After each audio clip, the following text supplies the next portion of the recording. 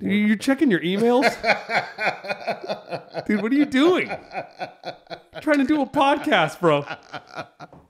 Did we choose a wrong time? No.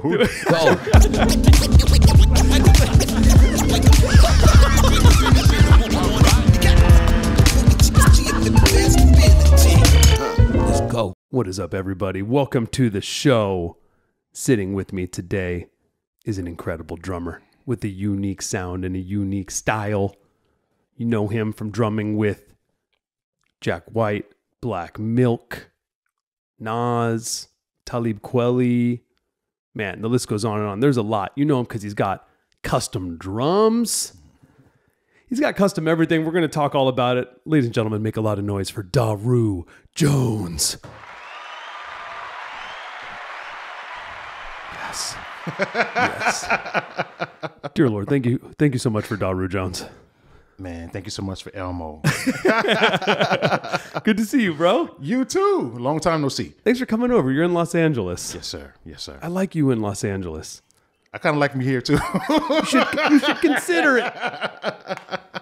You know, I feel like Daru Jones is so associated with New York, but then you move to Nashville and you're from Michigan, right? Yes, sir. Yes, sir. Yes, so sir. It's like, who even is this guy? He's amoeba. He's just all over the country. Man, I'm just thankful to be alive. Well, you know what? You do Daru Jones no matter where you go, and it's really great. It always works. I appreciate it. This is the first time in my career that I'm like, man, LA is I think LA is vibing. You know, I'll show you all the good restaurants. I'm sure you know a bunch of homies here already, but the food game is important.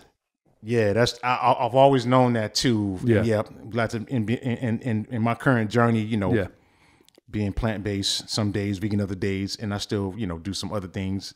Not meat, but some other things. There's a whole lot of that in LA. There's a whole lot of that in LA. Major pause. Major Dang. But yeah, I was telling Elmo, originally I came out here for the annual NAMM convention, the trade show that they have once a year. Yep. Glad it's back. Yeah, we back. NAMM is back. People are there again. Man, I don't want to veer off, but it was a wild story before the pandemic. We had just had that big NAMM, the big jam card. We did a jam joint. We blew out NAMM with the biggest jam ever. I think we started COVID, honestly. I think it pretty much, we had Daru Jones on drums. Man, that was like the monster guitar one. We had Mateus Asado, Mark Lethierry, Nick West, Ari O'Neill, Kenny Wayne Shepherd. We had Nicole Rowe. Yeah, that joint was epic. We had Anna Karina. We had, oh God, if I'm forgetting someone now, it's bad. But then we had Daru Jones on drums. I appreciate it. Luke Holland on drums. Who else? Sean. Oh, Sarah. Sarah Thawer, Sean Wright, Elmo Lovano. Yes, we're all on drums. It was crazy. It was crazy. And you know, we know what happened, you know, as the year progressed. Yeah. But we actually watched it, you know, come from, you know, overseas. We saw it in real time. But that was such a cool NAMM. Yeah. NAMM was thriving. All the drum companies were there. Yes. Yeah. That was the prime NAMM days. It was when NAMM was like, it was like high school reunion every year. Yo. And then it died. Yeah, yo. But that jam at NAMM, that was the only time we've ever done one at NAMM. We did it with Fender, where our partners on that one. Big shouts to Fender. Yes, sir. And we blew that out, bro. We had like 2,000 people in that ballroom and the ballroom in the Marriott. We took that shit over. That was tight. We had everyone in the room. That joint was dummy. I remember because I had some heroes of mine that were there. My good friend Dana Davis, he's a drummer from Detroit, Michigan. He played with the Winans, a legendary drummer. Oh, yes. You say Dana Davis in the gospel community, people know who he is. Oh, yeah, But he was there. He was like, yo, he was bugging out. And I remember, you know, him, that was his first NAMM, to my knowledge, that he's been to. So for him to come to that jam event, you know, that was really cool. But I was just grateful to be a part of that. Man. And but yeah, like I was telling Elmo earlier before I drifted off, you know, I came to NAMM because I missed the last couple years. Last year, I was on tour with, well, actually 2022, I was on tour with Jack White to support. Well, we were rehearsing for the tour that would start at the end of February. Yep. So I was on lockdown from the beginning of the year, and I ended up missing it. And then last year, I was still on tour with Jack White, and we played at the Forum. They had the iHeart Festival with the Chili Peppers. We played right before the Chili Peppers. Yeah. But anyway, I missed the last 2 years. So I was like, man, I'm off. I want to come. So I remember going, and then it was just like you said, it was a reunion. Yeah. So a lot of people, and crazy, the DJ booths were popping. Like those booths, they didn't. A lot of the companies that I endorsed, they didn't really have like the bigger booths, like Primo and DW, which it was a little disappointing, but I'm glad I was able to go. And then after that, I planned on I went to the Grammy Awards. Yeah, nice. So it's always good to see it from that perspective, from an outside. I played a couple Grammy events, and during the NAMM convention, I had met a lot of people. I always tell musicians, if you want to network, if you want to build relationships to try to get an endorsement or whatever the case may be, go to NAMM, because you're gonna shake hands, you know what I'm saying, with people that work at these companies, and you're gonna build new friends, absolutely, in a community. And so when I went to NAMM, I went into the different sections that I normally wouldn't go in. Like I went into like the audio department with Sony and all these, and I met a lot of people, and it was like, yo, that whole other building. Yeah, that whole other building. You know what I'm saying? So I met a lot of people. Has this been here? I'm not only a drummer, I produce, and I'm also into the sound engineering a little bit. And I met some people, and it was like, yo, if you are here, after NAMM, come by the office. Yeah. And so after the Grammys, I was literally supposed to leave. I played a couple Grammy events, and some of those companies, it was like, yo, if you're here at this certain time, come by the office. So I ended up sticking around. I just never left. Nice. There it is. Stay, bro. Chill in LA. We got tons of space. Man, it's been amazing. I've had some really some dope recording sessions that came up. I went to Sony. I've done, I've been able to do some things. Also, Sony's crazy out here, bro. Yeah, Sony is crazy. The stuff you see on TV. Literally. Yeah. Yo, I also went to Universal Studios for the first time. I've been seeing this on TV, and I was like, man, I felt cheated because I found out all the cheat codes for the movies. I didn't know. That was like, yo, I did the tour. Have you been to Universal? You talking about the theme park? Yeah, no, yeah, the theme park. Oh yeah, you did the tour. Yeah, I did the tour. Backlot tour. Yeah. And so I found out all the cheat codes. I'm thinking that people are I don't know if this is gonna be flagged, but I didn't realize all the reality shows, the different shows where, I'm thinking this filmed in Atlanta, all these places, and it's done. I'm like, what? It's in a studio in North Hollywood. So I kind of feel slighted. Yeah, I'm sorry about that. I also have to tell you something. I don't know, you probably learned this that day, but Jaws is not a real shark. Yes! I'm sorry to tell you. It's an animatronic shark. Before AI, actually. Jaws was early. Bro, it was OG Jaws. Bro, it's so killing to see how they made the fake rain. The rain. Yeah. I was just like, man, it's Hollywood. Welcome to Hollywood, baby. Daru Jones is here. It's all fake as fuck, bro. Nothing is real. I want to be a part of the real shit. Yeah. All right, go back to Nashville. You want real? Go to New York. No, I'm kidding. But it was cool. It was cool to just to see how things are done. What really blew me away when I seen it was like when they do the Times Square or the New York scenes. Yeah, and you thinking it's there, and they got a whole New York built there. Yeah, it's crazy. Man, I want my money back. I'm sorry, bro. I'm telling you, LA's got everything. You don't even know what's real or fake. We got it all. But yeah, like I was saying, I came out here, when I was originally supposed to leave at the Grammys, and I never left. So Elmo kidnapped me. Welcome to LA, Daru Jones. Man, your SNL performance with Jack White was probably...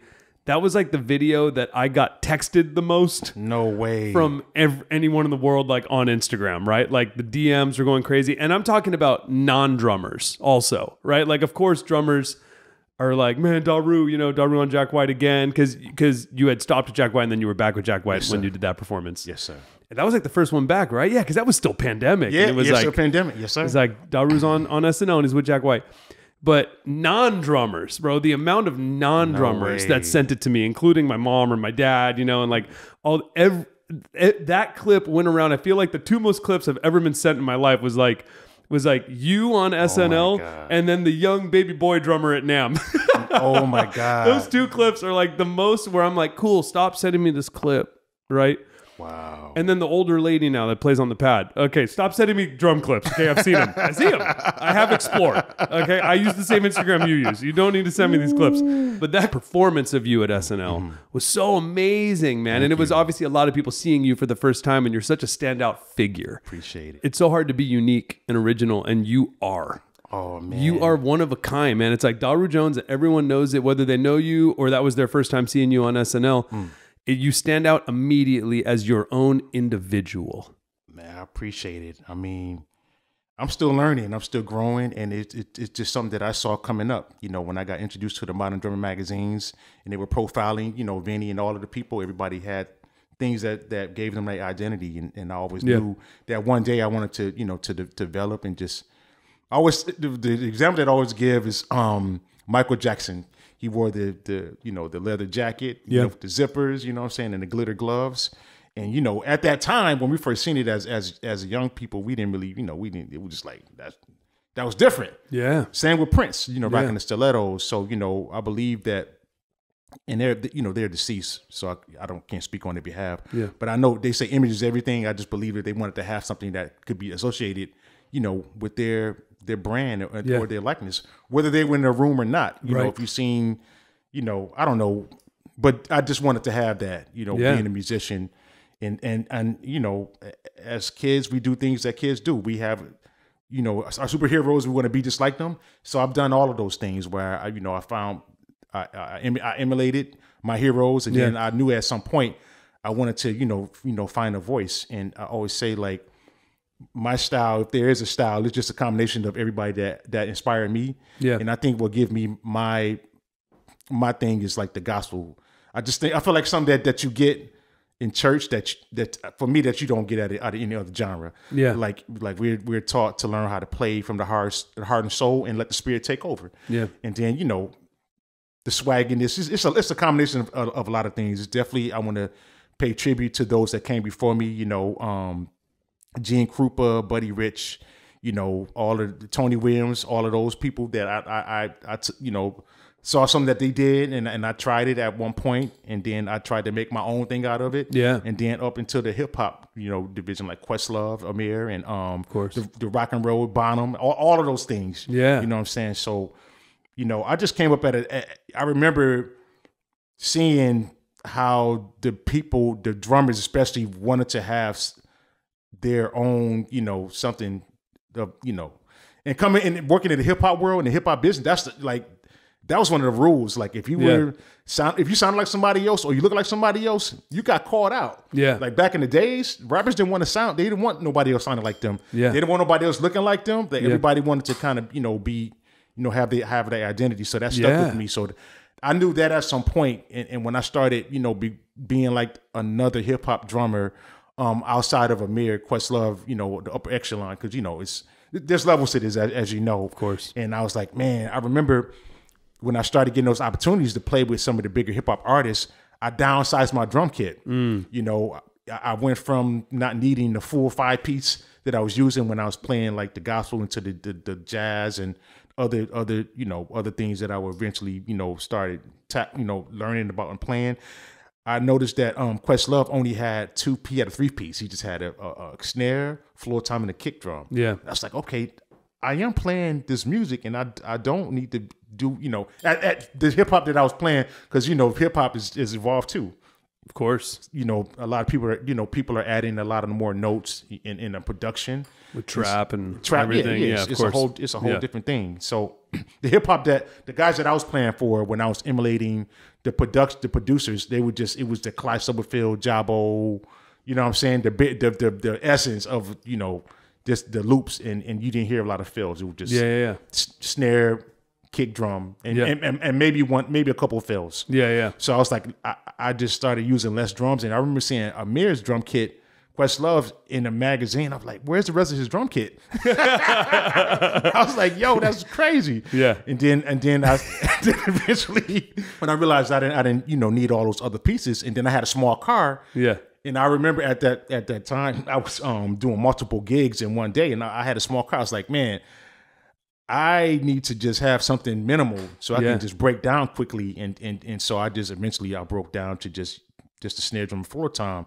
And I was like, man, I don't want to ever be in the same room as Questlove and he think I'm trying to bite his configuration. Yeah. So I was like, man, what can I do to give me my own, look, because I think there's nothing wrong with being inspired, but I feel like it's, if you do be inspired, see if you can take what is done and do your own spin on it. Yeah. So that's what I wanted to do. So since I play traditional grip, as you know, there's two grips. There's the match grip. Obviously, it's the same grip on both sides. The stick looks the same. And then there's the traditional, where you will see, a lot of the jazz, like the Buddy Rich, the list goes on. Yeah. And, even in the funk world, it's just a lot of drummers, in a certain decade, they played that traditional. So I learned how to play traditional grip at an early age as a teenager. And I was like, I remember seeing those guys tilt the snare drum. Yeah. And eventually I started tilting the snare drum as well, just for, comfortability. I was like, man, instead of tilting the snare drum sideways, I was like, let me just turn it where it looks like a hill going the opposite. Yeah. You know what I'm saying? Yeah, and then the same thing with the floor tom. I was like, man, what would happen if I just, originally my drum kit angling was just for looks, just so my kit wouldn't look like a Questlove's drum kit. Right. Because I didn't want diversifying, making it special to you. Exactly. And then I had to figure out how to play it. Yeah. I had to figure out how to play it. I change my entire vocabulary. So first it was just the snare drum flat down, and then the floor tom flat down, which no one had ever done. Man. And then I wanted the cymbals, like, I wanted my drums to look like a furniture or like a car. Like, I wanted everything to look neat. So the cymbals were like, low, and I set really high. Like, I wanted to dominate the kit. Yeah. And not so much to be seen, but I can see why people say that. You want everything low so you can so things can be seen. I've never thought that was the reason. I never thought that. People said that. But I remember back in the days, like watching Vinny and Steve Smith and them cats, they set really low and the drums covered them. You didn't even know who was playing. For sure. Unless you seen, Simon Phillips and shit. It was hiding behind the kit. You know what I'm saying? But they were killing. Yeah. But it's a new day. But anyway, I set really high. I wanted to dominate and kind of give command. And I had to figure out how to play it. And for the most part, I had to be intentional. Yeah. Because I started adding more drums, not that much, but more. Like I added the rack tom, in front of me. So like I had to, like, when I hit that tom, like it gotta count. Yeah, exactly. Stuff is not easy to get to. It's not easy to get to. So I'm in song. The tom. All right, dude. So I remember I've seen you play on your kit a bunch of times, of course. Yes, sir. And I remember I was at one of your shows one time, you and Marcus Machado. Yes, sir. And you called me up. You called me up to play. Yes. And I was like, on your kit? And then so I walked up and you handed me your sticks and I jumped up on your setup, like, right after you were just playing on it. So I really felt like your energy in that kit, right? Okay. And like sitting high, which I don't do, sitting high, and then I was like, how do I do this? And then the hi-hat was here, right? But then the snare is so low, and then the rack is you have to lean, like you lean or you stand or whatever to hit it, right? And then the floor too. And I was like, man, how am I going to do this? And at first, because I play match grip, right? Okay, yes, sir. So at first I was like, this does not work, right? So I switched to traditional. This does not work. This is not possible. I'm just gonna be like doom doom. I'm just gonna hit the rim the entire time. So I switched to match grip or to traditional grip, and I was playing with your band, with your ensemble, and I just unintentionally started playing kind of like you, because I was like, what else am I gonna do, right? I was like, all right, well, let me play. Like, let me try to emulate Daru, right? Like, do my best. Like, and man, it was so fun. Wow. And when I stopped approaching the drums as I normally would approach it. Yes, sir. And then it was like, let me approach this in a new way. Now, of course, not ideal to have an audience in front of you and Daru right next to you, right? Be like, can we do this at my house? Maybe try it first or at the studio. So it took me, 30 seconds. And then I acclimated to it. And then I loved it. And then I felt I guess I had a piece of a feeling of what it's like to be you on a gig, or what it's like to be you. And I played differently. I played more behind the beat. I played more like it did that because even if I'm used to hitting a snare here, but the snare's down here, it's going to be behind the beat. Delayed. It's going to be delayed automatically. Oh man, automatically. And then the rack, right, getting down to it because it's even further down and further away. But man, it was so fun. I'll never forget that. I really felt like I was riding a roller coaster. Yo. And it was amazing. So thank you for letting me play on your setup and for calling me up on that. Oh, good. I mean, it's like a workout. When you go to the gym, you're doing uncomfortable things to get your body tight. And I even played the hat because I've watched you play so much, so I know that sometimes you hit the hat like this, or like how you hit. Yes. It's like a different sounds. I don't even know what that's the Daru grip. Like I don't know what you kind of go, and it's just like I don't know, man.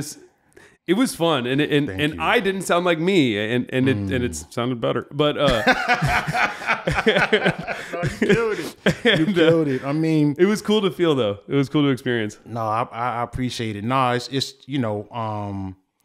like I said earlier, I'm not just a drummer. I'm a producer. So when I minimized my drum kit, I had to figure out how to get various sounds with minimal gear. Yeah, you know what I'm saying. So with the snare drum, but not having a lot of racks or a lot of cymbal options, I was like, man, you just look for ways to be creative. Yeah, you know what I'm saying. You look for ways to be creative. How many sounds can I get out of this snare drum? For sure. How many sounds can I get out of this floor tom? The same with it. So those different grips and the it's just like being an MPC. Like when you get when you're sampling drum packs or beat breaks, you're sampling a snare from Funky Drummer, a snare from Impeach the President, and you making beats. So I'm just thinking, how could I be that on the drum kit? Yeah. How to be an MPC, you know what I'm saying? You have so many cool sounds, and I want to talk later about like all your signature products. You have so many signature drums and cymbals and effects and stuff, but we'll get to that. But thank you. To stay on this current like setup, and then so you had this minimized drum set, like thinking, okay, Questlove has kick, snare, floor.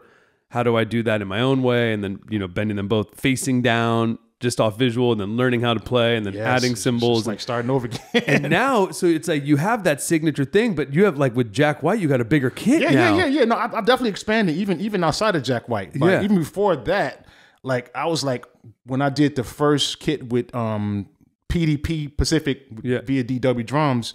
The kit comes with a rack. Yeah. And so I was like, man, I need to be able to use all these pieces. So eventually I added the rack tom. Yeah. And I, tilted, slanted it down as well. And then eventually when I did the first Jack White tour, we had to learn at that time, I think it was over 60 tracks, almost 80 tracks of tunes. The last tour we did, it was like 100 tracks. We had a book. I know I'm going off topic. No, it's okay. Yeah, but we had to learn the catalog from the Raconteurs. Yeah, the White Stripes, Dead Weather, and some of those records. Even the White Stripes, they had a marching snare drum sound. So Jack is a drummer. Yeah. So he wanted to be able to emulate some of those sounds. So I would add another snare drum, which was a marching drum. Then I added another rack tom, but I made it like a floor tom. Yeah. So it became 2 drums. Front and center, and then 2 on the side. Yeah, still angled down. But this last tour that I did with Jack, I was like, man, I've always been a fan of rock drummers because they had everything in the kitchen sink. Yeah, you know what I'm saying? They would have 2, Terry Bozzio, one example. Yeah, everything. You know what I'm saying? The biggest example ever in life. But I was like, yo, this time around, I want to have a rock and roll drum set up. Yeah. So I ordered everything, and I remember on Jack's latest record, this is the first time, to my knowledge, that he's used samples. Yeah. So I was like, now I had to incorporate Roland, the electronic, to do the samples, because, it was just me. It was I didn't have anybody else. No percussion player. Like it was a minimal configuration, and I had to figure out how can I do all this stuff as a one man. Yeah. So I was like, I've already had the big 26 kick drum, big sizes. Jeez. Being a fan of like Bonham, I'm saying, cats. Yeah. But I feel like rock dudes, they always had big drums. Yeah. you know, from what I've seen, rock drummers always have big drums, big cymbals, big everything. Yeah. But I definitely remember an era in gospel music or even in fusion, the hi-hats, everything was a lot smaller. Yeah. During the Dave Weckl, that era, the electric fusion Chick Corea, Herbie, they the hi-hats were like 13s. Yeah. You know what I'm saying? Like for sure. 13s, and even they had a lot of small racks. And I remember every time when I would see the rock drummers, they would have these big sizes. So I was like, man, this is the first time I want to just get everything. So that last configuration, I call it the rock hop. Nice. Set up too. I'm actually using the pancake, what they call it, a gong drum. And normally I was like, man, I don't know.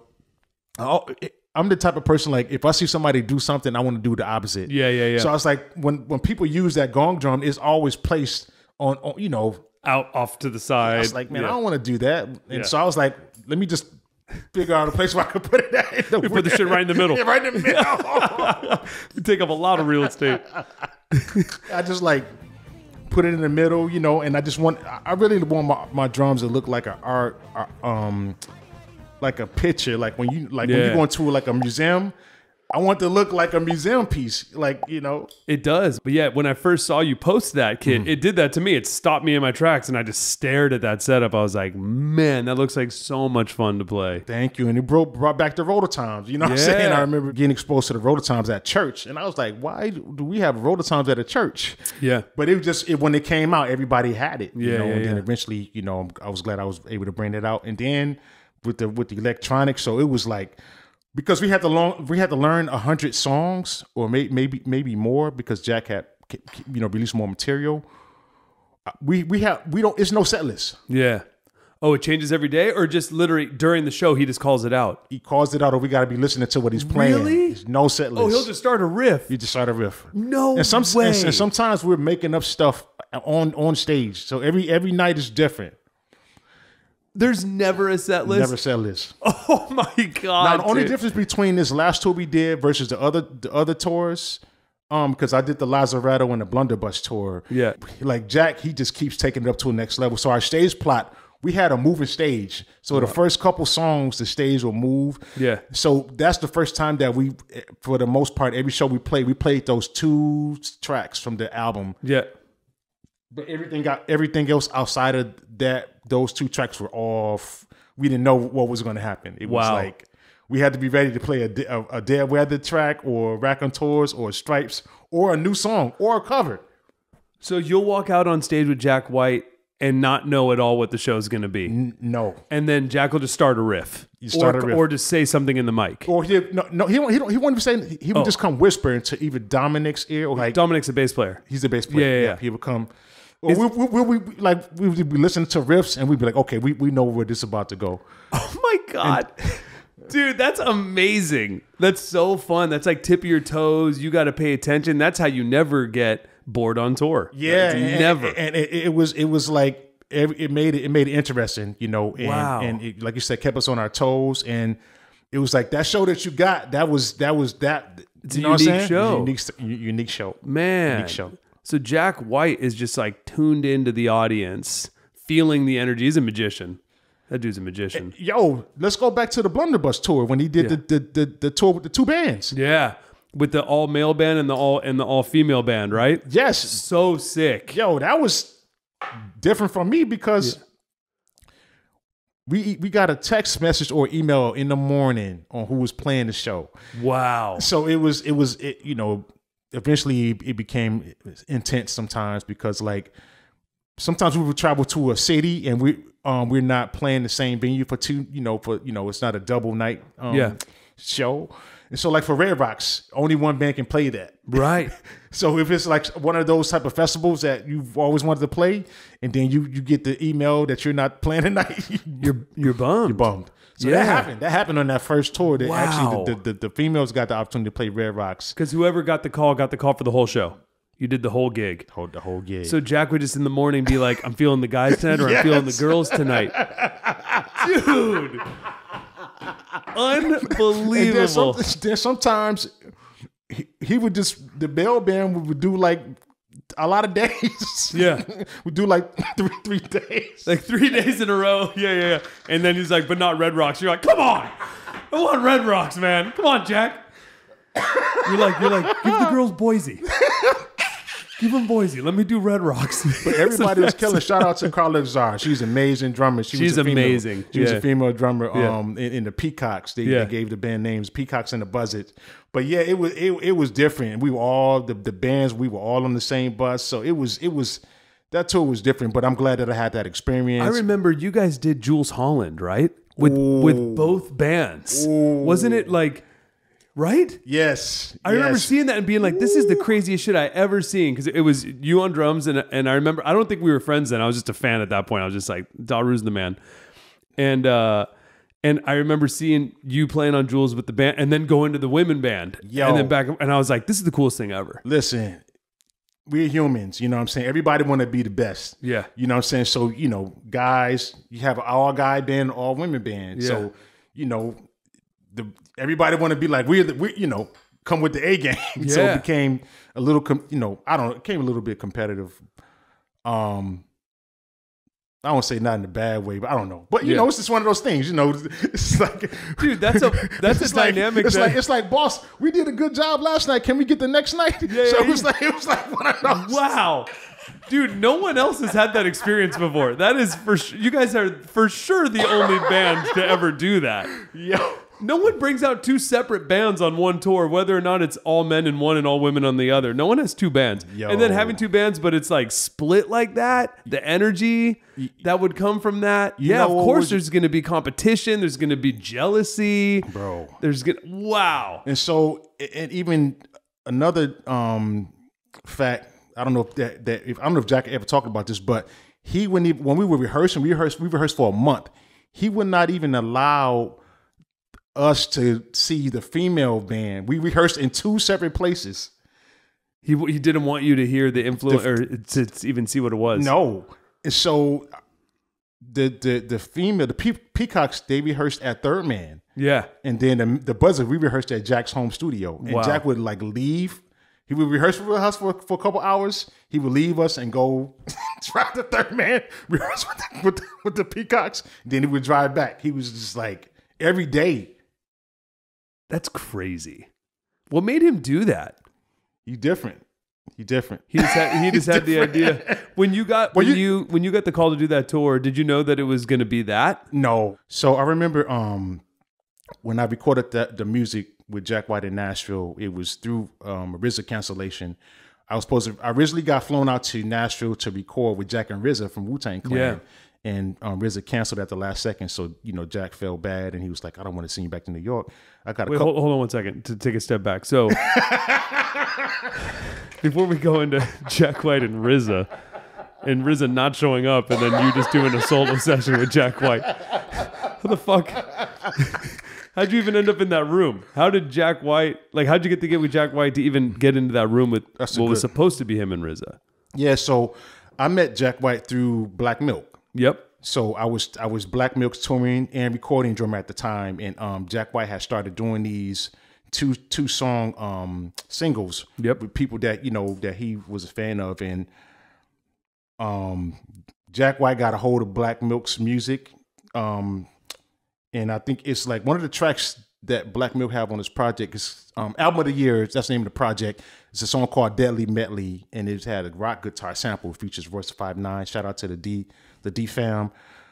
If I'm not mistaken, I think Jack White heard that track and got excited, and he invited Black Milk to come to Nashville to record, also do a performance at Third Man Records. Now, by me being in Black Milk's touring band, I gotta give Black his flowers because he didn't have to bring me to Nashville. Because Jack, Jack is a drummer already, but he was like, I think Jack offered to use Nashville musicians, but Black was like, no, I got my own guy. So so Black brought me, Ab, and also Malik, who was playing in this tour band. We went to Nashville. Crazy story. During that time when I was playing with Black Milk, I was also playing with Talib Kweli, a Brooklyn rapper. I also was I was rotating Black Milk, Talib Kweli, Ski Beats, who produced Reasonable Doubt, just amazing producer, a good friend. He's done a lot of hit records. Also Jay-Z Joplin. So my calendar was booked 6 months to a year in advance. Yeah. I missed the beginning part of that session because I had did a show with Talib Kweli. And so by me not making it, Jack ended up playing on the first track. Wow. Jack played on the first track, and then I got there to play it on the second track, which ended up being the single. The second track was Brain. That ended up being the second single. I mean, the first single. And I saw, shout out to Advanced Power, I saw them cut tape for the first time. That's awesome. We did like a 10-minute jam, and they cut it down to like 3 or 4 minutes. And I saw Vance. They listed a whole. It was crazy. But anyway, that's awesome. The second day outside of the session, we had a performance at Jack White's Third Man, which is, if you've never been to that place, it's a record store. They have a green screen performance room. It's super killing. So we performed in Jack White's in that room, the blue room, and there's a song that we play called "Losing Out," where I take a drum solo. That song comes, I do the drum solo. I heard somebody go, yeah. And the next day I went back to New York. Our DJ at the time, Bill Sharp, he said that was Jack White. Jack White had got excited after you did that drum solo. Like a week or two later, somebody from his team reached out to me and it was like, man, Jack is doing a collaboration with RZA and he wants you to come down. Sick. To want me to come down. So I went to Nashville. I was excited because RZA is one of my heroes as being, producer. For Wu-Tang sure. Clan hits. And so I was like, yeah, dope. I get to go here. So I made it to Nashville, got excited, got right to the studio, and Jack left.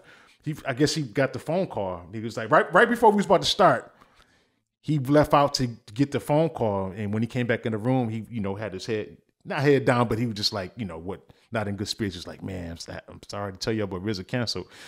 It was me in that session, little Jack, LJ from that plays with Jack other projects. Yep. And so Jack was like, man, I don't want to send you back to New York, but I got a couple solo songs I've been working on. So we worked for 2 days just recording solo material. Wow. We did like 4 tracks in 2 days, and the rest of that year goes by. And at the end of 2011, I was like, man, I wonder whatever happened to that music. And then I get an email from Jack's team that he was inquiring about my availability for like 8 months. And I'm like, what? I was like, well, and I told his team, I was like, well, I got a couple tours I'm trying to decide on what I want to do because Talib Kweli had just released a record called Gutter Rainbows, which I played on one of the tracks, and Talib was, scheduling a tour, and then Black Milk had a tour that he was scheduling at the same time. Yeah. And I was just trying to pick which one. What's going to happen? To make a long story short, I mentioned that to Jack's team, and then Jack emailed me personally, and he was like, "Those songs you played on are going to be on my solo record Blunderbuss that's coming out. I have this vision of touring with 2 bands of everybody that was involved in the project." So originally, the female band, a lot of them played on the record. Yeah. And I played on the record. So he just had this vision of doing the 2 bands. Nice. So that's how that happened. Wow. I'm a loyal person, so I almost didn't even do it. Right. My loyalty to Black Milk. But my girlfriend at the time in New York, she was like, yo, what are you doing? Do the Jack White gig, bro. It's a lot of factors that played into how that happened. And, I don't have to, share it on this podcast. But anyway, I ended up doing the Jack White tour. And the crazy thing was we had to like go off radar. So while we were rehearsing, people were like, I wasn't doing any Talib Kweli shows or Black Milk shows. The first time they saw me play again was on SNL. Yeah. 2012. And I think it was in March. And then I was like, that's where Daru went. That's awesome. So the secret, came out. Yeah. So we both bands played, a song apiece on SNL, and I've always wanted to play on that show. So it was a blessing, to be able to do that. So the cancellation, the RZA cancellation turned into being a blessing for my career. Yeah. And I feel like, as if you pay your dues and you keep working, opportunities will come. And I just believe the creator, has something bigger in store that I didn't even realize that was going to. It led to you being on the actual Jack White album and then doing the tour. And then, now you've done multiple tours with Jack. Here we are in 2024. It's awesome. Thank you. And it's so cool. You on that gig is amazing, bro. Man, it's so cool. It's crazy. I'm sure he loves having you on the gig. Bro, it seems like he feeds off your energy so much, or you guys feed together. I appreciate it. I was a little not nervous, but I was a little like, man, because he's a dope drummer. Yeah. And I was like, well, what do I do? And normally, because I would get hired to do MD, music director jobs, one of the reputations I was able to make for myself was people like, Daru, he pays attention to detail. If you give him your music, he's going to learn it just like the record. So when I would hire guys, I would make sure. So I built up that reputation. So when it came to getting the opportunity, I was like, okay, I know I need to learn all the Meg White beats. You know what I'm saying? And as y'all know, she's not the most technical drummer, but I love what she did. Like, it's super killing. Like, I feel like it reminds me of hip hop, like Dilla meets rock and roll, but stuff is killing. So, just learning the catalog, I was like, okay, I want to learn how to play these beats. Yeah, like that's on the record. But when our first rehearsal, Jack was like, "Yo, I don't even want to play the music like we did it." Yeah. Because when we were playing the White Stripe stuff, it was just a 2-piece. Yeah. But our band was a 5-piece, so we had to figure out how to add other musical elements to just a 2-piece equation. For sure. So I made the decision of sticking with the original beats that Meg played because I know that's what the audience want to see. Yeah, for sure. When you go to them concerts, they don't want to hear, those are parts that everyone knows. They want to hear 7 Nation Army. Yeah, exactly. They're just like, keep it. Dun, dun, dun. Has Meg White seen you play with Jack White? I don't know, but I would love to meet her one day. Oh, you haven't met her? I haven't even met her, but I'm definitely a fan. I would say those first couple tours that I did with Jack, the Blunderbuss tour and the Lazzarato tour, which I played on that track, I was super, I played the beats, but then I found a way to bring my own sauce in. You know what I'm saying? And the last tour that we did, I made it a conscious effort to stick with trying to play the original pockets. Yes. Like those albums, and also bring in some flavors, but not as much. For sure. Those first couple tours, I was just kind of like, I was wilding out. I was playing it, but I was like really, sometimes not even, I was like playing a different, not time signature, but against it, like what I do when I'm playing with the DJ. But yeah, I respect Jack because obviously he was like, I brought you in because I want you to bring your world to what I'm doing. So that don't happen every day. Yes. That does not happen every day. When you get a job, most of the time, like a regular 9 to 5, you're there, the boss got the vision and you're there to do whatever their mission is and just help their ship or whatever they got going on. But Jack was like, I feel like he wanted me to bring because of what I've done in the hip hop community. And he's a hip hop dude. We had the same taste of music. I know there's some stuff that happened, but Jack is a hip hop head. We like Wu-Tang, Tribe Called Quest. Yeah. We're listening to that stuff before we go on stage. Nice. I love that. So I'm just grateful that I was able to be myself. Yeah. And bring all of the things that inspire me to that stage. And I feel like rock and roll music is an expression. You can really, let out all of the the anger or the for sure. Oh, I see. I see. You stand it's up. It's like a workout. You're getting like you're bringing the energy. Thank you. I mean, shout out to Gene Krupa and those drummers that were very, had that showmanship, and I've learned that at a young age, and I wanted to become the drum. That's why I tell people I become the drum. Nice. So when I'm doing that stuff, it's not a gimmick. It's like that's what I'm feeling at that moment, and I want the audience to feel. Oh, it's happening. To feel that. We're definitely feeling it. Thank you. Meg White, reach out to us. Put in the comments what you think. What you think of Daru Jones on drums. I'm come sure. On, Elmo. Come on the podcast. Hey, Meg White, come through on the podcast.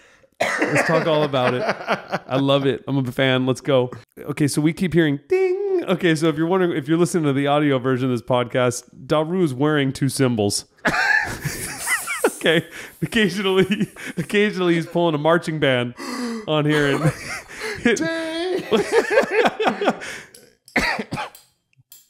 it sounded better when it was accidental, or was it? There it is. Do it in the mic.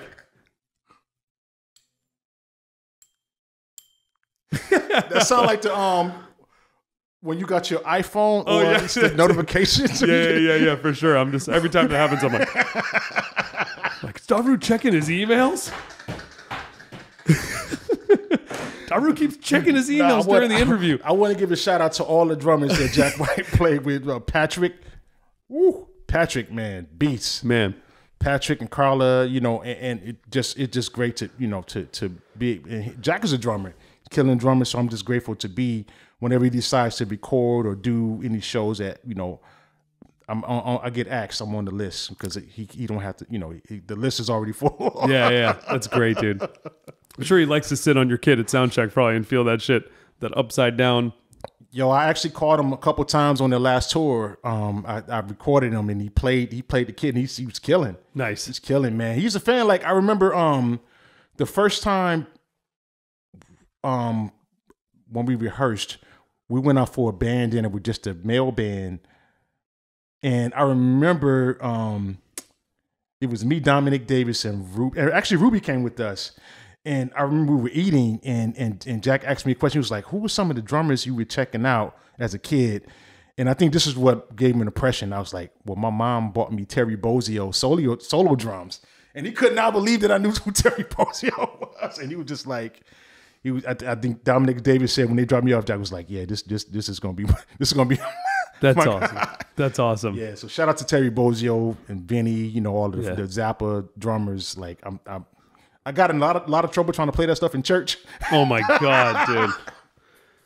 Oh my God. Because the gospel was not like it is now. Yeah. It was more, playing pocket and more dancing, like house music. Like it was that consistent loop.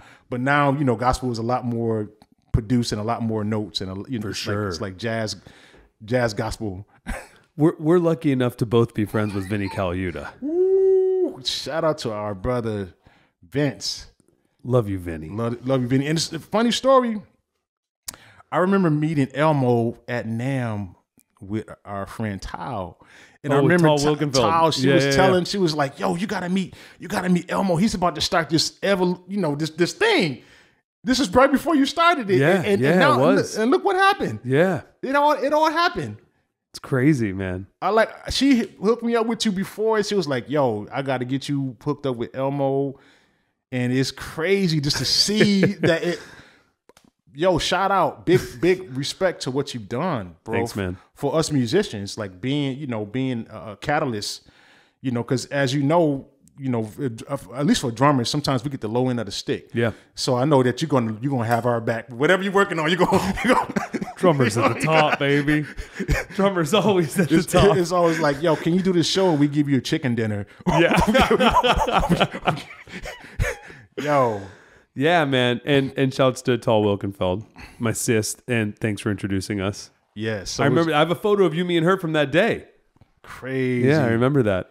Crazy. And now Elmo's done movies, jam, all international. Oh, yeah. I mean, just trying things. Man, records. Just having fun. It's so cool to be in the space and just be there. And it's just really cool that, to have a brotherhood with this gentleman, is a kind, gracious, and Leo gang. Leo gang. It's Leo gang every day. We know there's other...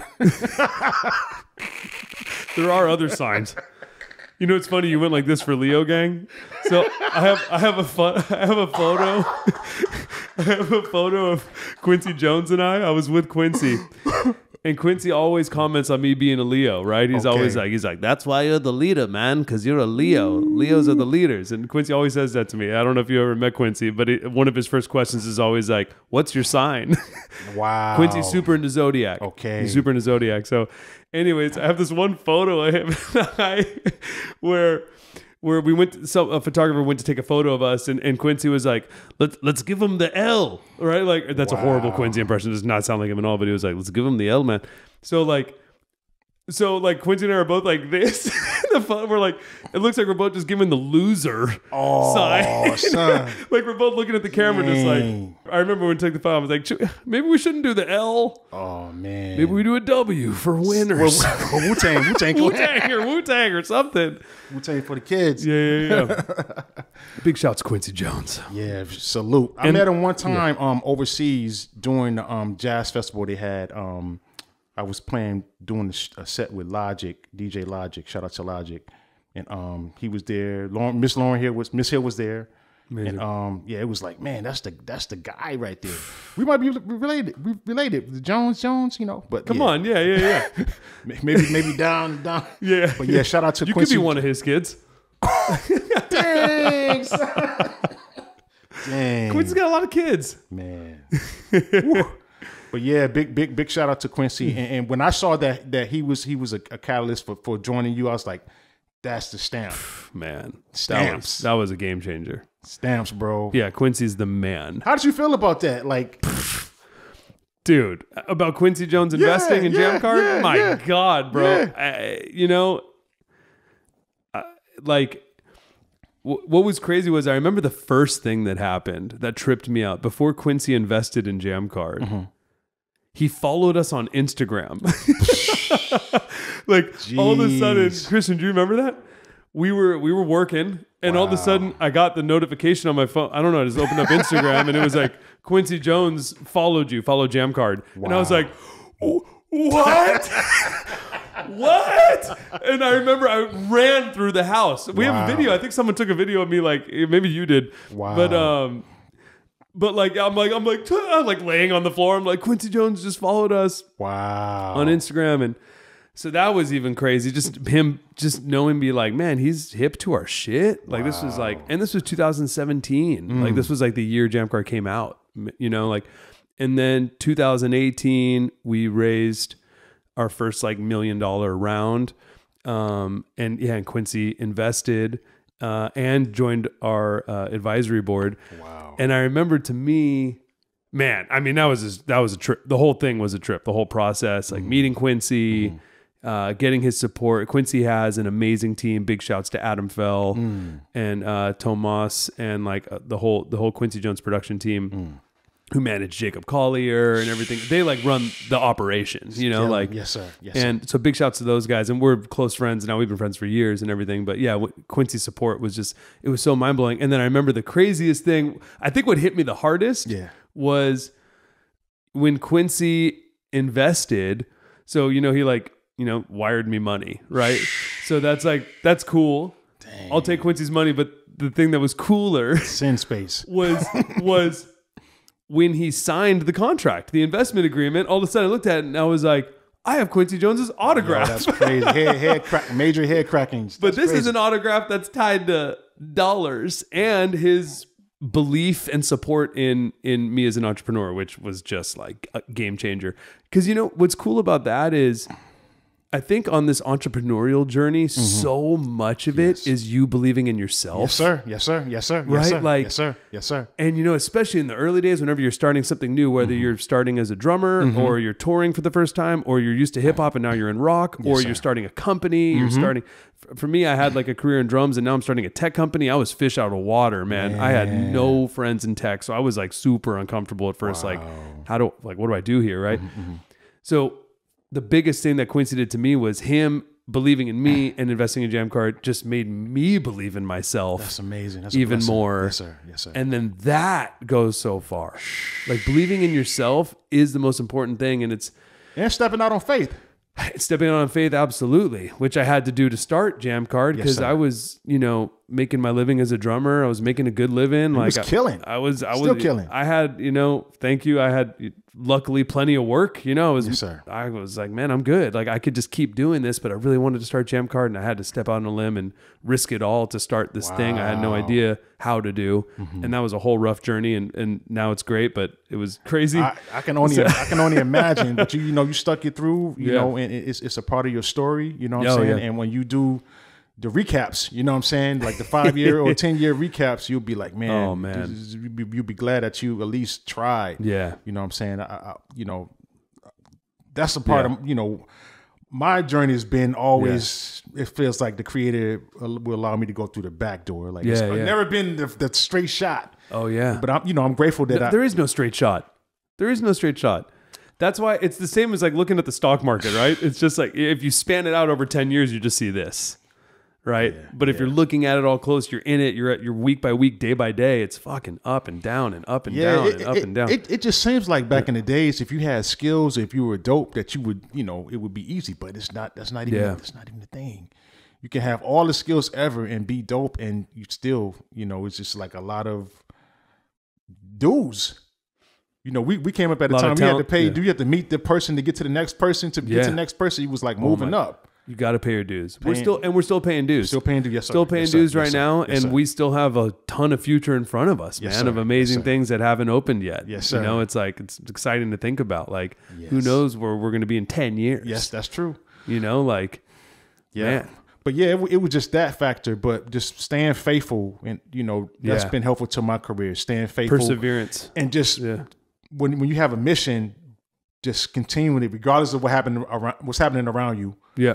Because like even with the way that I play drums, or the setup, and all of the things, and even being an entrepreneur with Music Records. Yeah. When you first started it, it's not trying to get people to subscribe or understand. Yeah. When you're a head thinker, sometimes it can be frustrating. Yeah. It can be frustrating. But when people catch up, when they catch up, if you stay consistent, the payout for that is just like some people, they give up right before. You know what I'm saying? That breakthrough. Exactly. You never know. You never know what's tomorrow. Never give up. And like, look at just to only narrow in on Black Milk into Jack White. You wouldn't think that Black Milk would lead to you being on Jack White, right? No. So you can't even guess what this world has for you and what God has for you, and like all this stuff, man. Like you missed the first session because Talib had a thing, so now you missed the first day. Now Jack does this. Then you end up doing the second day. Okay, great. Oh, I'm gonna do this gig with the RZA. Oh man, RZA doesn't show up. Man, I'm bummed. That's okay. Now you're going to do the solo album for Jack, and now you're in Jack's band, right? Man, I'm a believer. I'm definitely a believer, and I believe that as long as I stay grounded and remember the things that I was taught coming up, coming up in church, and the Creator's been very good, even and very merciful. Even when I didn't, feel like I don't. Sometimes we feel like we don't deserve things, but He's just been so faithful and just showing me, that if you believe and you do certain things, He have my back. And I'm just even with stuff that I didn't understand. Like when you sowing seeds, sometimes that's you be like, man, well, I got to put this in, and I'm not in the return. It's not the return is not the same, but for sure, the things that you get in return, you can't pay for that. Yeah, you know what I'm saying? That Quincy Jones look, can't pay for that. You know what I'm saying? Like, man. Yeah. So just staying faithful and just believing in yourself, staying faithful and just staying on that road regardless of what's happening around you. Yeah. And that's been my journey. Like, fads would come out, people would start doing whatever was popular at the time. Yep. And I just like, I like this boom bap. I like the Bernard Purdy, just a certain, and now, it's becoming, it's a thing. It's a thing. But I just remember just sticking with it and just not going with whatever the fast. And like I said, I've always, if I see somebody doing something, I want to do the opposite. Yeah. I just, I don't know, just kind of been that way. But, I know. Well, when you walked in, you were wearing all black, and then you saw my outfit. And then you went to the bathroom, and came out looking like this. Like, all right, bro, I get the point, man. You're dedicated. You're different. No. but at the end of the day, the bigger picture is I just want to continue to be a vessel and show God's love, through me on stage and off stage. Amen. Use what I have to show His love. And that's whether going to these different communities, being a support. I'm a collaborator. You know what I'm saying? I like collaborating and just allowing Him to, to use, me as a vessel. So that's my journey and my mission with everything that I'm doing on and off stage. I'm not perfect, I make mistakes too, but that's my overall. I feel like that's that's why I feel like a lot of doors, open and different things happen. Amazing. As long as I stay obedient and do that. Oh yeah. And stay prayerful. I feel like, it ain't broke. It's not broke. Just keep going, baby. Just keep going, baby. Okay, I understand your uniqueness.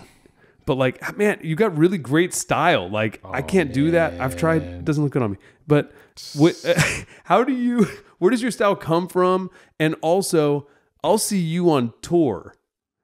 And I see you, and then you're wearing all sorts of different things all the time on tour. And I'm like, how do you pack so much in your suitcases? Because when I go on tour, I can't bring that much variety. But Daru brings so much variety on tour. I'm like, this guy must be the best packer. Like ever. Ooh, man, I could say the hip hop days was the training days for me, because the hip hop world, that was the aesthetic, fashion. Yeah. Growing up being a fan of the Source magazine vibe and all the things that were out. Word up, now I'm telling my age, but just the fashion was just so. Sometimes I didn't even care about the music. They just looked dope, and that made me want to check the music out. So as a kid, that's what gravitated. My dad was. I tell people that he was the best dressed person that I knew. That's awesome. And just growing up in church, they say you should look your best. It's not always getting expensive things, but just taking what you have and look clean. Yeah, and look your best. So that stuck with me. But just like my dad, he was just suits. You know what I'm saying? He was like, so, I feel like my style and what I do is can contribute, to him and rest. He's passed on, so rest in peace.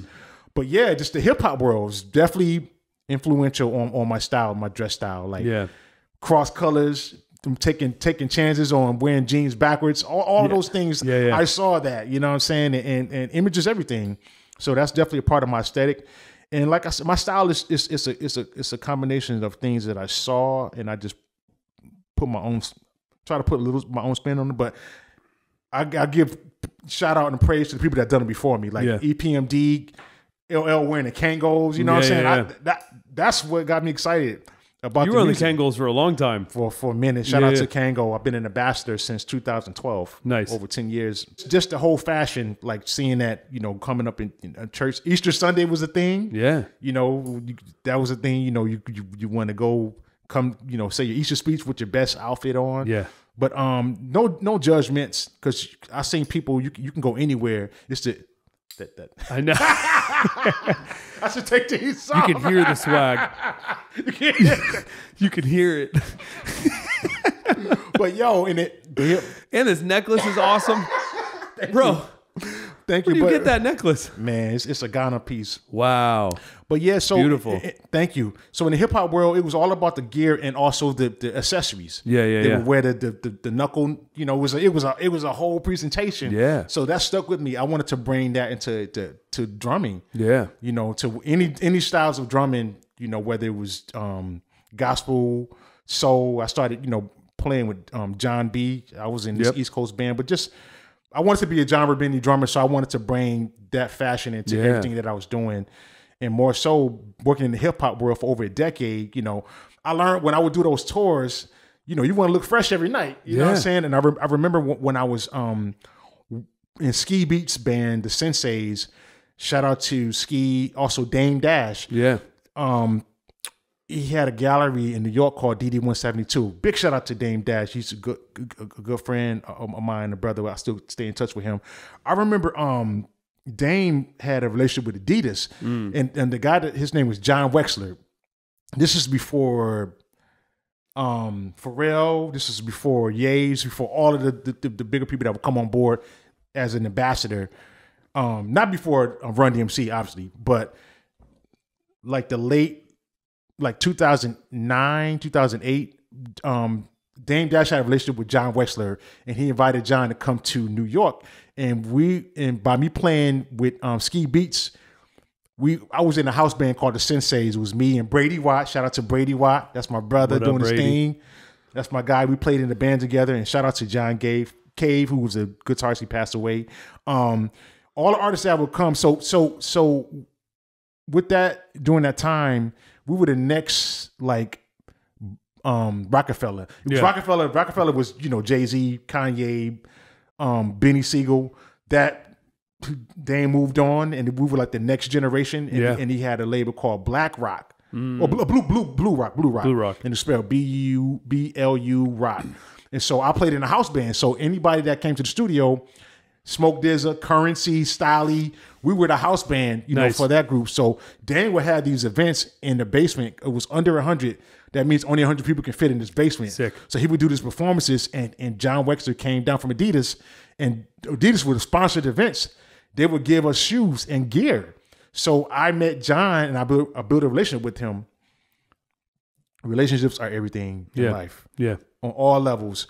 So I was building with John Wexler. I was like, hey, I don't not only play in this scenario, I also play with Talib Kweli, also Black Milk. So he seen that I was very proactive in moving around. So I would eventually build a relationship with John Wexler. So Adidas was sending me gear for like a decade. You know what I'm saying? So I learned how to pack my clothes on those tours because, you know, in hip hop, you want to look fresh every night. Yeah. So eventually I figured out how to downsize later on. But yeah, I just learned how the different clothing on those hip hop tours, just trying to be fresh. So when you pack, are you folding or do you do the roll? I was doing the rolls. Doing the rolls. Roll ups. You got to do the rolls. Fruit roll ups. Yeah, you got to do the rolls. You don't want no wrinkles.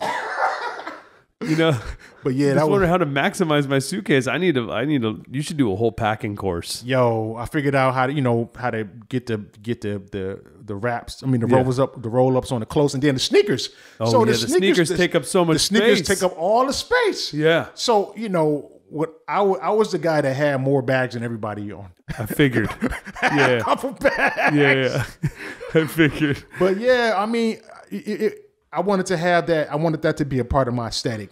You know, when I come to the show, that's why the rates are what they are, because I'm not just coming to play. I'm coming with, looking at certain, I know it's a part of our job, but it's just bringing so much to the table. Absolutely. Because if we look good, we're making you look good. For sure.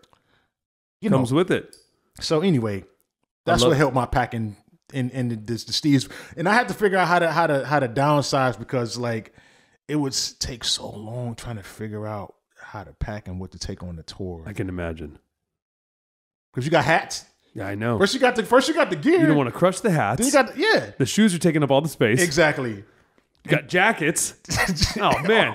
And then when you touring overseas, sometimes they're in different seasons. Yeah. So you got to figure out what the season is. Hard. It's so hard. You're playing in Sweden, it's freezing, and then you go to Italy and it's hot as shit. You're like, oh God, what do I do? Yeah, so I had to like take something, just in case I had to take a winter jacket or something. Yep. So it was difficult. Then eventually I would figure out how to downsize. And then I think this last Jackpot tour, I kind of figured out how to make my jeans stretch. Gotta be real. Gotta be real creative. And just pack a lot of shirts. Yeah. You know what I'm saying? And maybe wear the jeans, a couple jeans. But then the hats and accessories, and had to figure out like how to not bring so many shoes. So it took a while. But you're going on the flight wearing 3 jackets, got 4 hats on. Be like, no, this is how I dress on the flight. Man. But yeah, just that whole hip hop is definitely paid to get. Yeah. It was inspiring for my aesthetic. There's a whole bunk on the tour bus just for Daru's closet. Daru's junk bunk. Closet. I heard Busta Rhymes used to have a whole like a bus full of, because Busta Rhymes, he was flamboyant for years. With the wares. Like, man, but even now he's decked out in suits and everything. He's always decked out. But yeah, just definitely shout out to hip hop being an influence on how I dress, and just trying to figure out how to keep evolving. Trends come, things are hot. Adidas had a run, and now Puma and other companies are coming around. New Balance, which I never thought I would be wearing New Balance, but New Balance is like super hot now. It's killing. Yeah, dad shoes. Yeah, for sure. Pop shoes. Maybe we're just older. Could just be that, Daru. Dang, son. No, I'm just kidding. No, shout out to all the companies. It's cool. Everybody, have a run, and I'm just grateful to be able to get to know these companies and sometimes get pieces from them for sure when needed. Yep. Lace us up, guys. Hit us up in the comments. We need to get the jam card swag out. Let's get some swag. Hey, so you got a custom drum set. You got your PDP Daru Jones New Yorker drum kit. Yes, sir. I have the bald man percussion. Yes, sir. Trash stack thing, hi-hat thing. Yes, you got sticks. You get so many custom things, bro. Like you have more than I feel like definitely more than most drummers, if not all drummers. Man. So for example, with the DW kit, for you to make your own custom kit, because it's one thing to make a custom kit. Like I have a custom kit, but mine's not for sale at Guitar Center, right? So like for you to get that, how does a deal like that come about with DW? That's a good question. As you know, companies are going against each other. Yeah. You know what I'm saying? This company want to be the best. They all finding out what is popular, what's selling the most. So how can we make something to compete that? Yep. So, there's companies that had things, not to go into names, but shout out to Amir Questlove, because I remember seeing him come out with the break beats, and that was super killing. Like especially, not saying, but another, he's black, you know what I'm saying? But being able to have that signature kit, that's big for our community and just in general. Just a drummer, you know what I'm saying? Yeah. That played the music that we play, like that was encouraging. I remember wanting to do the same thing. It was a company that I played called Tay Drums. Tay Drums. Yeah, I remember Tay. And Tay had this kit called the Go Kit, and I love that kit. I used that kit at Rock the Bells. I used it at a lot of different shows and settings, and I wanted to do a custom kit with them. Yeah, but it didn't happen at that time. This was before the breakbeats came out. Right. And so I remember talking to the guy, one of the A&Rs. I was like, man, I was like, I'm working with Talib Kweli, just hyping him up, because it's the thing I tell like drummers, you never know. They have to sign somebody, you know what I'm saying? So if you're hot, if you're doing your thing, you might just be up for an endorsement, so you just never know. And at that time, I feel like when I was trying to get bigger endorsements, I feel like they were only signing like the rock, certain genre dudes. Yeah. That's why I was like, man, I'm playing with one of the best hip hop guys. So it has to be somebody that know about that works for the company, that know about these names and know the value. For sure. But anyway, that thing didn't happen with Tay Drums. And then I when I started working with Jack White, I was like, man, I need to upgrade my stuff, my gear. Yeah. I want to, move on. And I remember it was other companies that I played through years that I wanted endorsements with, but it didn't happen. I remember being a huge fan of Yamaha. I played Yamaha as a kid for years, and the stage custom, seeing Weckel Gad. Weckel, of course. Yeah. It's like, yo, I love Yamaha. And then eventually being a fan of our brother Benny Caliuta with the Gretsch, and also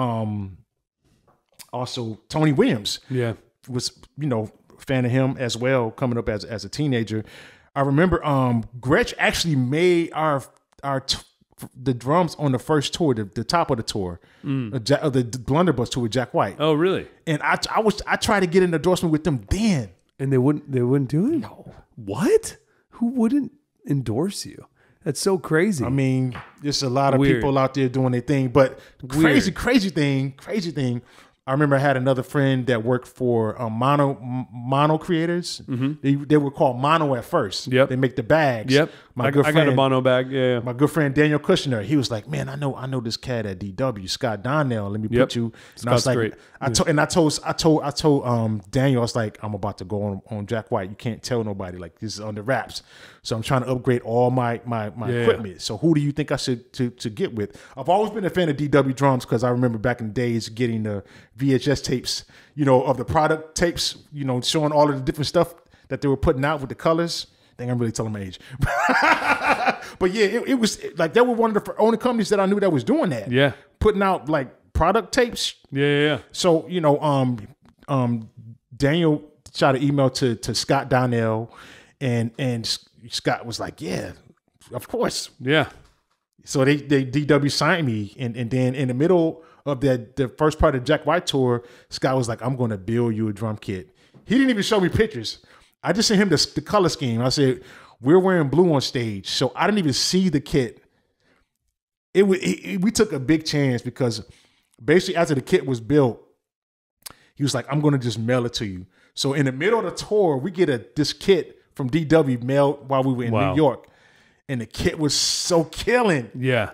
It went to my apartment in New York, and I was like, dang it, I want to bring this to rehearsal and see if Jack would let us. And we brought it there, and Jack loved it. Nice. So, Gretsch, goodbye. Yeah. but how does it get to the point to where you make a signature kit that's for sale? Yeah. So fast forward. I remember playing DW drums, and I told Scott, I was like, man, I had this portable kit that I was using with Thai drums. Can you make me a kit in those same sizes, which is the portable kit?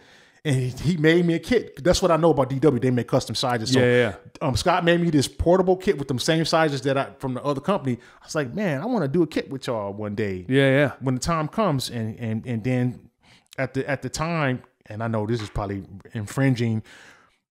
The Breakbeats Questlove kit was hot when it came out. So companies are they like, what's our version?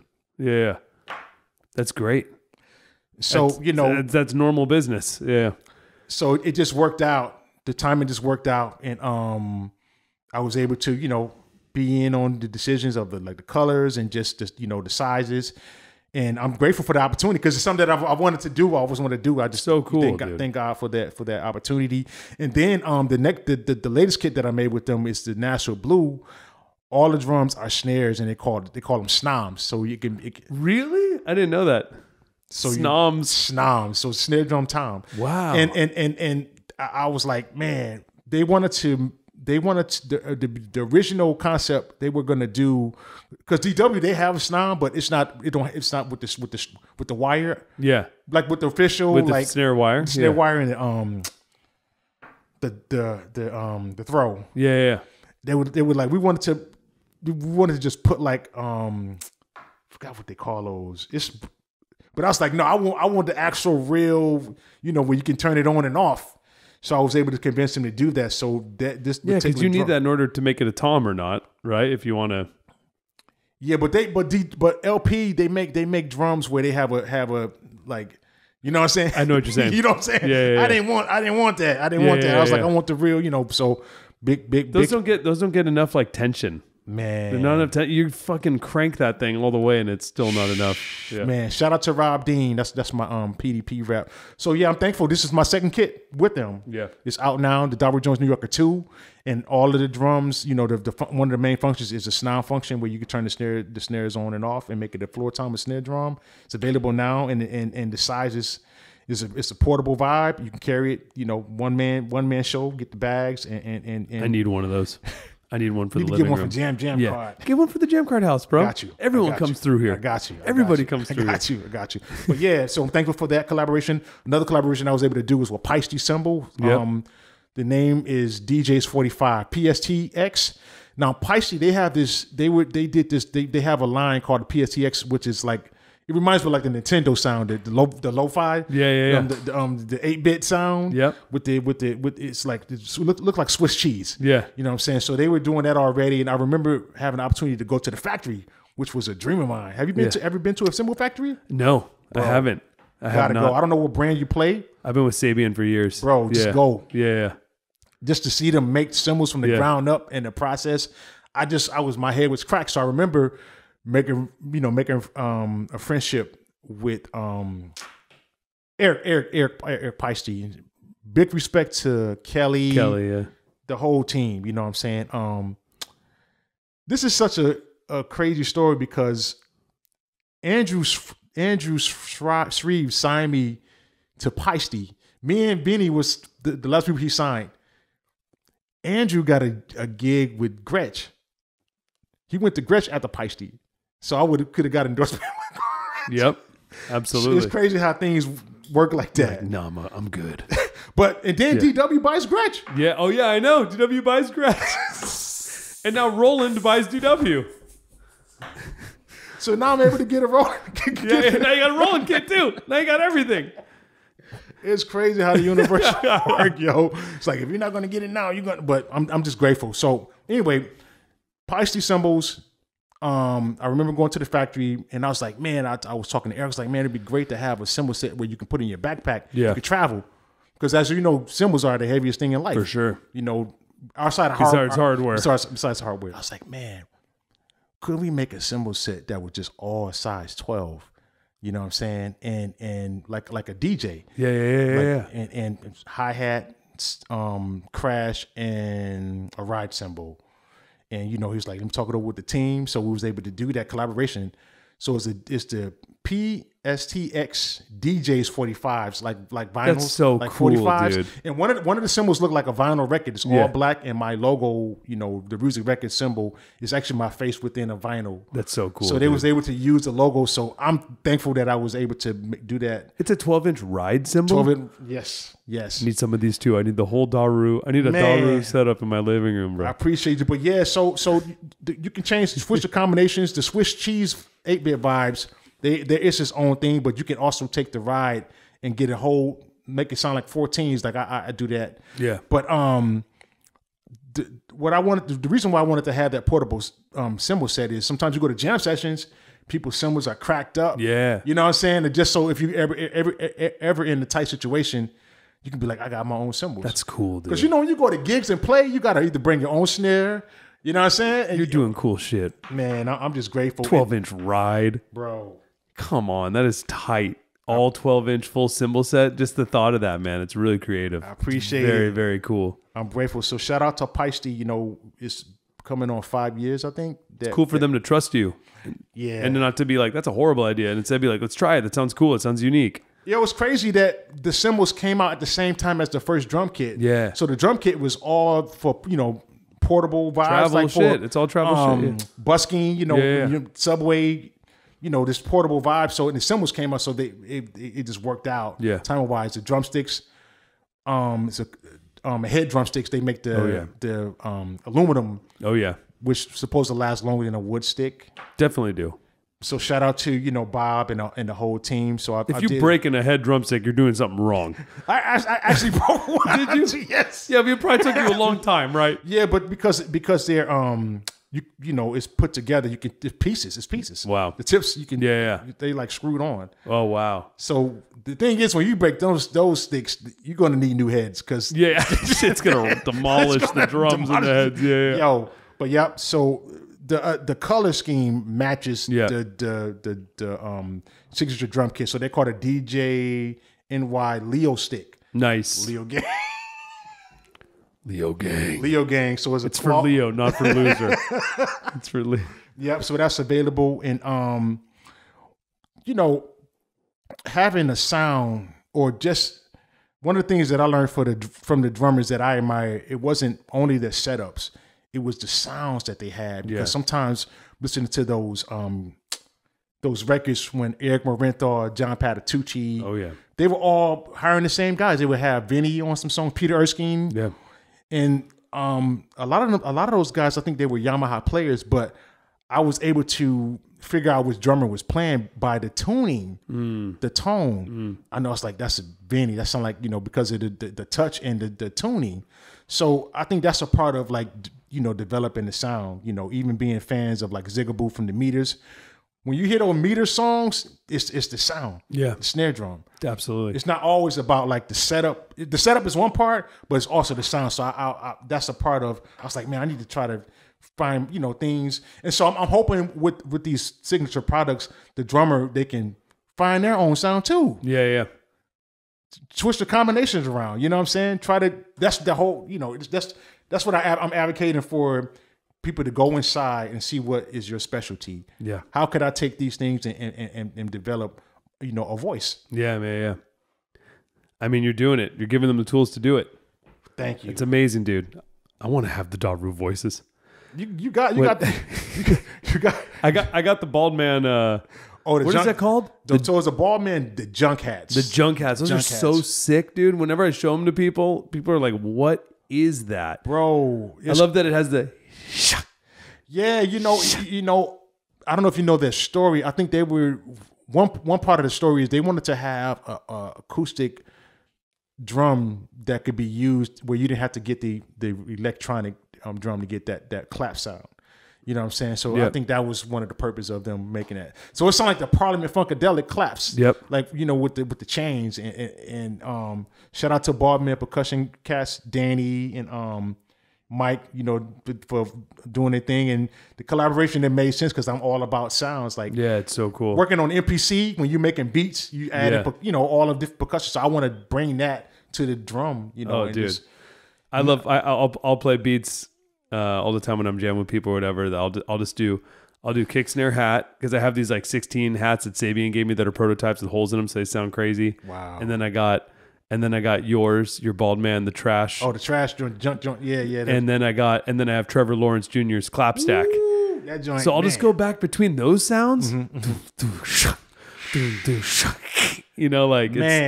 so sick, dude. It's a new day. Back in the days, you needed the Simmons. Yeah, I know. This is some analog. This shit is dope. You need all of the things to get those sounds, but thankfully nowadays companies they're developing where you can have acoustic. Yeah. You can still use your acoustic drums and not have to plug anything up and still get those. Yep. Because a lot of records are made nowadays. For sure. it's minimal live drums, but it's programming on For top sure. of. So you want to be able to get them gigs and not feel like you can't. It's tight. It's Get all these things. Are you investing at all? Stocks, crypto? Man, you do anything? That's a good question. I wish I had jumped on the stocks years ago, but a good friend of mine that's actually mixing my record, Bob Brockman, he was on that Bitcoin for a minute, trying to get me on. I wish I would have caught that wave, but I don't know. Are you on that stuff? Yeah, I'm on it. Is it legit? I mean, it's definitely legit. It's risky. I mean, crypto is super risky. Okay. Investing in general is risky. You never know if when you put $1 in, if it's going to turn into more or less. So I'm up on some. I'm down on the others. I'm overall up. Man, I definitely want to get down with the get down because, as you know, nowadays it's not too late. Smarter and not harder. And you don't let cash just sit in the bank, bro. Put it somewhere else. Okay. Do not let, even if it's $1,000, do not let that shit just sit in a checking or savings account. Okay. Buy T-bills. Get 5% on that money. That's a safe one. Or crypto or stocks, whatever. Just that word just sound nervous though. The whole crypto. Then don't. The crypto shit is wild, bro. It's like I'm up right now, but I was way down a year ago. It was so far down, but then I just held on to it. And now it's back up, and I'm probably gonna cash out soon. So that's my next question. Do you you got to cash out once? Man, I have in the past. I definitely don't cash out like everything. I'm holding most of it in. Usually, whenever I'm investing in things, like I'm putting all my money into stuff, whatever it is. Whether I'm buying crypto or I'm buying stocks or I'm buying treasuries or saving up for a house or like whatever it is, I'm putting all my stuff. But even to save up for the house, I'll put it in treasuries for the meantime, so it makes 5% instead of just sitting in like a checking account or a savings account. Yeah. So I'm putting my money somewhere always. Yeah, I don't really spend. I don't spend a lot. I mean, I don't know. I guess food is like my thing, or I like buying clothes too, or watches or whatever. But I don't go ham. I'm pretty responsible with my money. Man, that's one, being an entrepreneur too. You just learn, you live and learn, and that's one of the things. When you make that money, you got to know that it ain't gonna always be like that. That's why you got to put it somewhere smart and let that shit work for you. Okay, let that shit work for you. Okay. If crypto makes you nervous, don't do it. But no, I would not put it all in there. That's for sure. Just the word crypto, just like criminal. It's too close. It's too close.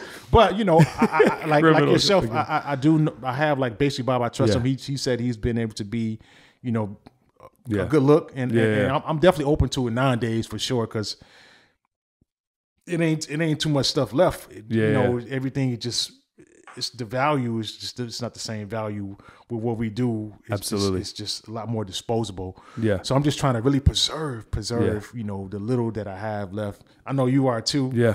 Because like with the drumming, it's everything, all of the things happening. And everybody's they saying what worked for you, and they just jumping on it. Oh yeah, and it's just bringing the value down. I mean, it's nothing wrong with being being inspired, but it's just people they not really they rather give somebody $5 less than get the person that can really do the thing. I know. You know what I'm saying? It's just like dang, for sure. And you end up going to have to hire me anyway because they're not going to give you. Yeah, exactly. It's going to come back around anyways. But yeah, it's that's what really helped me is to not just depend on one egg in one basket. Yeah. It's like 100, For plan A to Z. For sure. Because you just, never know. But, tapping into different things outside of music like that stuff. Yeah. Because how I came up, like, rest in peace, to my pops. Yeah. And I love my mom. I came up in a good home, but I didn't always learn how to, when you get money, it's like what to do because they all about like you pay for things, pay for everything in cash. Yeah. But you don't always have to do that. You know what I'm saying? I didn't really learn. I have friends that was into it, but just and I know there's a lot of black people, even other people. We as a race, that didn't have that person. You should best invest in stock. I didn't have that. Right. I didn't have that. So it's like when you make your money, you happy that you made it, and now you want to reward yourself. For sure. So people they reward themselves. They buy cars, and then they do all these materialistic things, and then that money's gone. That money's gone. It's gone. Yeah. So I've learned how to. I'm a good saver. And I pay my bills. I'm about paying my bills, but I definitely, want to learn how to make stuff stretch. Yeah. So like what you're saying, so this money can work for you. And it's great to be independent, but the monies are just moving around differently, and you have all these influencers. It's just a whole different, absolutely different ball game. But well, if you call me anytime, if you're like, yo, where should I put some money? I'll let you know. I'll let you know what I'm doing. At least I'm not a financial advisor, but you're just my homie, and I care. I want to help my friends. Look for a call in 20 minutes. Well, I appreciate the advice, but that's good advice to give us and all the other musicians, because a lot of us would do a whole thing on that, and I've only been like diving into this in the last couple of years. I have not. I mean, before I didn't come from any money, like from my family, and then like once I was playing drums, so it wasn't until recently that I was like really getting excited about investing and how do you make your money work for you. And like happy to share it with whatever I have learned. Happy to share with anybody. That's amazing. Thank you for being generous. Like I said, a lot of us that came up, especially minority, we were just happy when we finally got a little money, and we just want to go. Don't be in debt. Yeah. That's cool. Pay with the cash, then you got the money, then you don't owe anyone money. Yep. Yes, sir. Cool. Yes, sir. But instead of just buying the car, buy something that'll work for you, make money instead of depreciate. All right, final question. Yes, sir. What is the best lesson that your father taught you? Man, wow. That's a really good question.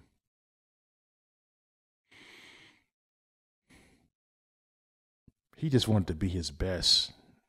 It didn't even have to be with playing. Just be a good human being. Just give what you want to give back. He was always, when he was in the room, you knew he was in the room. You know what I'm saying? He made you, feel special. Yeah. You know what I'm saying? So that's what I learned. Just when you go into these environments, try to uplift the room when your energy, even if you don't even touch the stage, just your presence. That's how he was when he walked in the room. Amazing. You knew he was there. So that's what I learned. And give your best in service. Beautiful. Service. Well, you do that, Daru. I'm trying. Absolutely. I appreciate it. Daru Jones, ladies and gentlemen. An amazing human, an amazing friend. Appreciate you. An amazing musician, an amazing producer, an amazing guy, an amazing stylist, an amazing packer. We're going to do a whole packing tutorial. My guy, love you, bro. Love you too. I appreciate you, Elmo. Go with Elmo. Go with Elmo. Go with Elmo. Go with Elmo. Go with Elmo. Go with Elmo. Go with Elmo. This is the stuff, man.